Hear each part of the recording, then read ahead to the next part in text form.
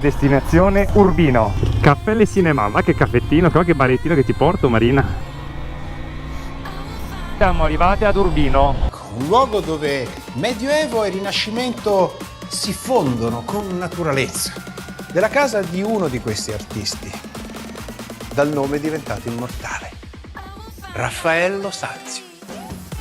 Questo è il bed and breakfast dove passeremo la notte.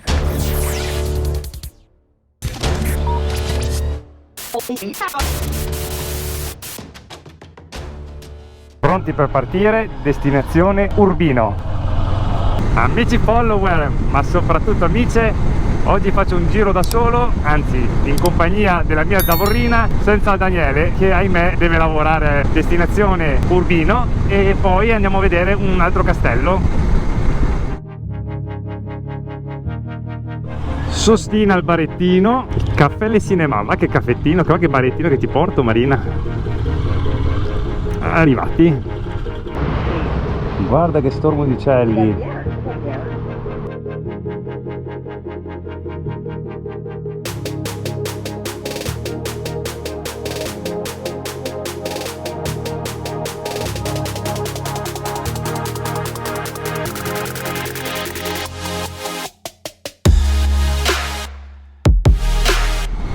Per strada non c'è nessuno, pochissimo traffico, fa un po' freschino, è arrivato l'autunno.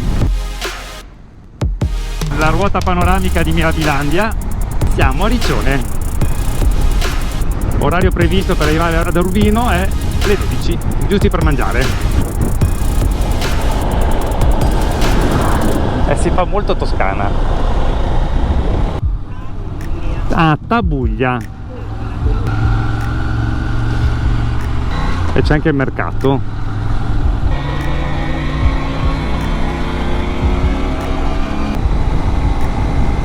Ma che paesaggio, a fare le foto. Noi dobbiamo girare di qua. Oh, siamo arrivati ad Urbino e alla destra si dovrebbe già vedere la città e si vede già la chiesa, parcheggiata la moto fino alle mura. Noi ora ci troviamo nel cuore della nostra penisola, nelle Marche.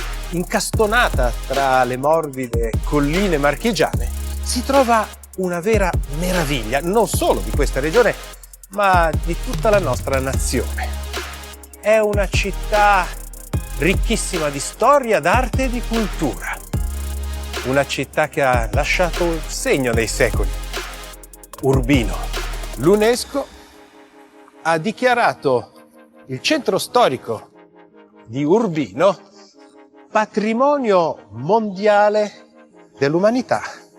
Ha conosciuto il suo massimo splendore, lo sappiamo, nel 400, quando, proprio come sottolinea l'UNESCO, ha rappresentato uno dei vertici dell'arte e della cultura di tutto il Rinascimento e soprattutto ha lasciato un'impronta indelebile nella storia, grazie anche alla creatività dei suoi abitanti e del duca di Urbino, un personaggio davvero straordinario.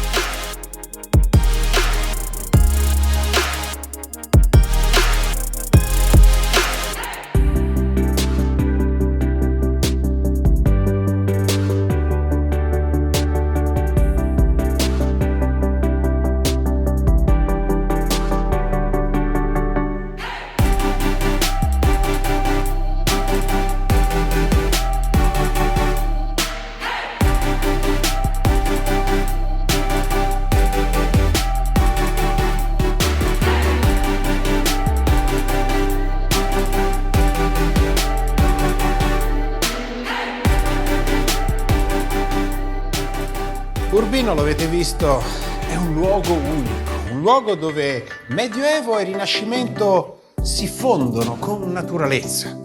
E allora tutti questi bellissimi palazzi, le chiese, i vicoli stretti, saliscendi, così caratteristici, mi fanno ancora oggi ritornare a quell'epoca, 400, inizi del 500. Un'epoca in cui Urbino era una città ricca, in pieno fermento culturale, e proprio grazie alla passione dei signori della città erano sorti tantissimi luoghi dove l'arte a sua volta nasceva.